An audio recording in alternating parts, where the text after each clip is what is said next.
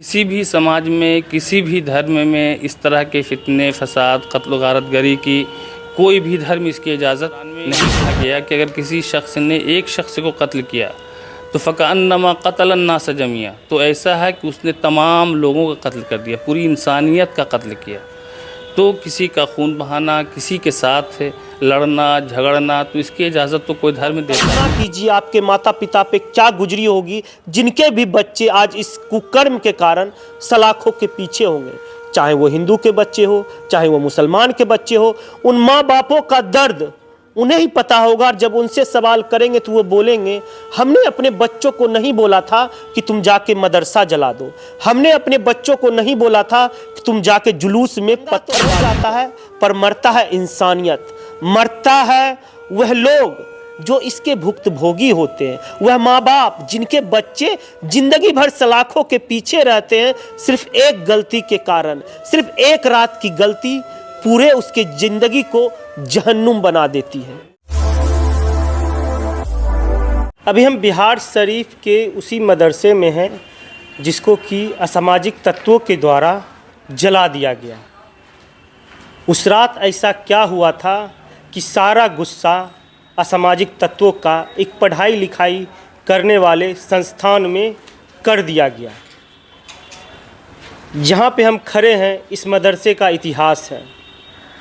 ऐसे बहुत कम मदरसे हैं ना के बराबर जिस मदरसे में एमए तक की पढ़ाई की जाती हो, और उस मदरसे को राख का ढेर बना के प्रिंसिपल हैं, इनसे बात करेंगे, पूछेंगे आखिर उस रात क्या हुआ था। सर, सबसे पहले अपना परिचय दे दीजिए। सर जी, मैं मोहम्मद शाकिर कासमी, इंचार्ज प्रिंसिपल मदरसा अज़ीज़िया बिहार शरीफ हूँ। जी, 31/3/2023 को तकरीबन शाम 6 बजे मुझे ख़बर मिलती है कि मदरसा अज़ीज़िया में आग लगा दी गई है। यानी शाम में 6, ये रात की भी घटना नहीं है? रात की भी घटना नहीं है। शाम में 6 बजे मिलती है कि मदरसा अज़ीज़िया में आग लगा दी गई।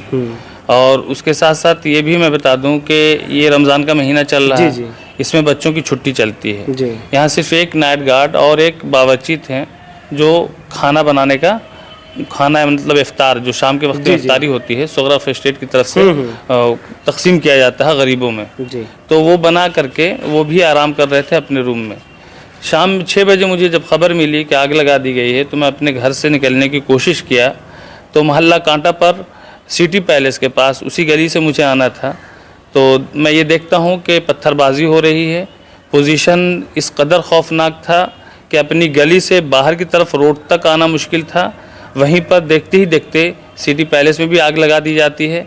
हालात बहुत ही भयानक हो गए।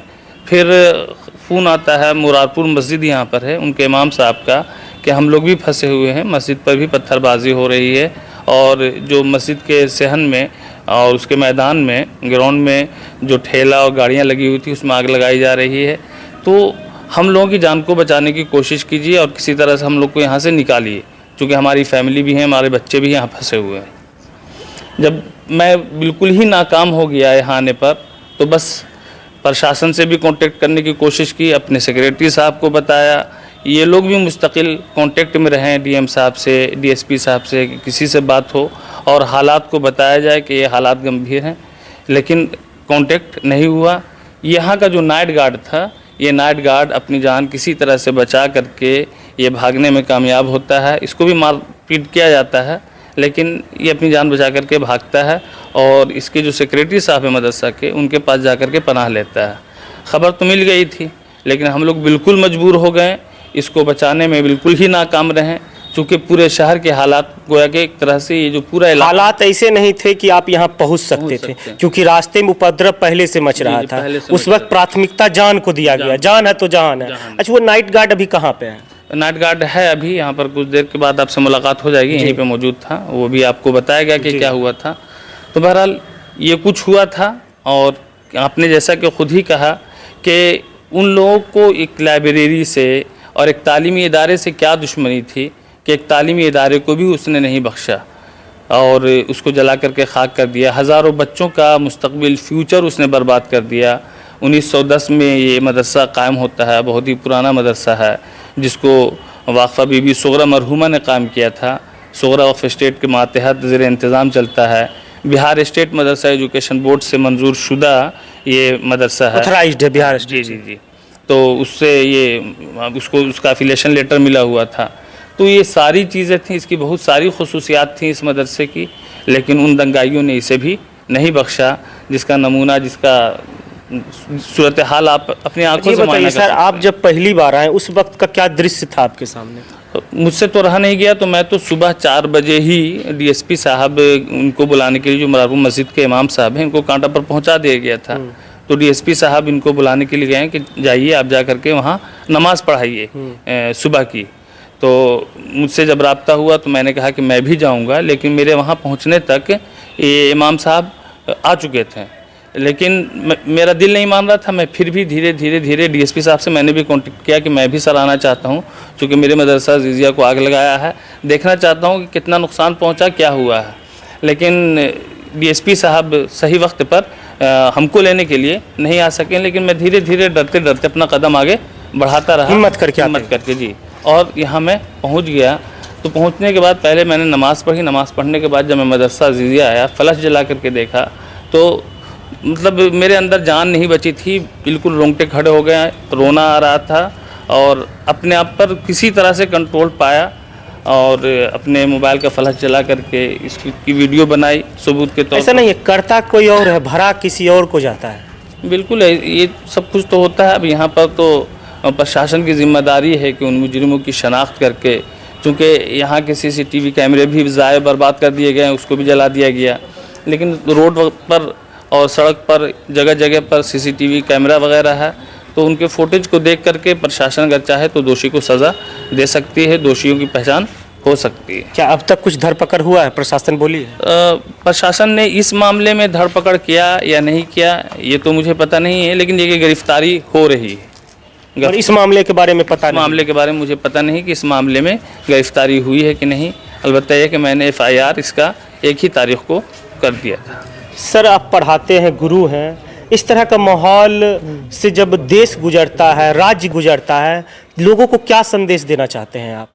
मैं तो यही मशवरा देना चाहूँगा कि बहरहाल किसी भी समाज में, किसी भी धर्म में इस तरह के फितने, फसाद, कत्ल गारतगरी की कोई भी धर्म इसकी इजाज़त नहीं देता है।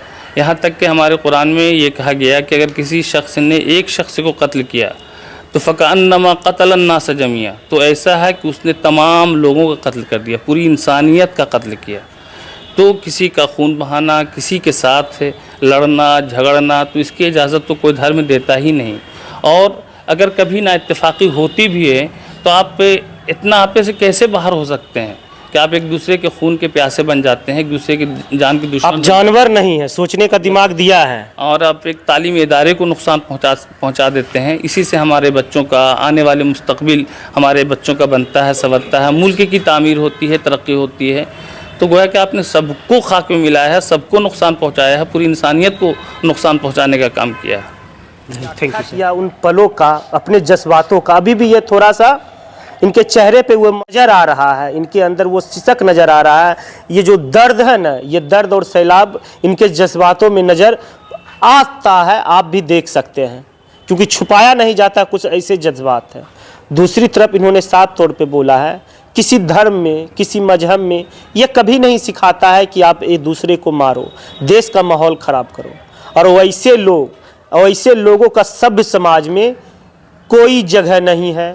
वैसे लोगों का जगह सिर्फ सलाखें होती हैं। सभ्य समाज में ऐसे लोगों का कहीं कोई जगह नहीं है, कहीं कोई नामो निशान नहीं होना चाहिए जो देश का माहौल ख़राब करे, जो हमारे प्रदेश का माहौल ख़राब करे।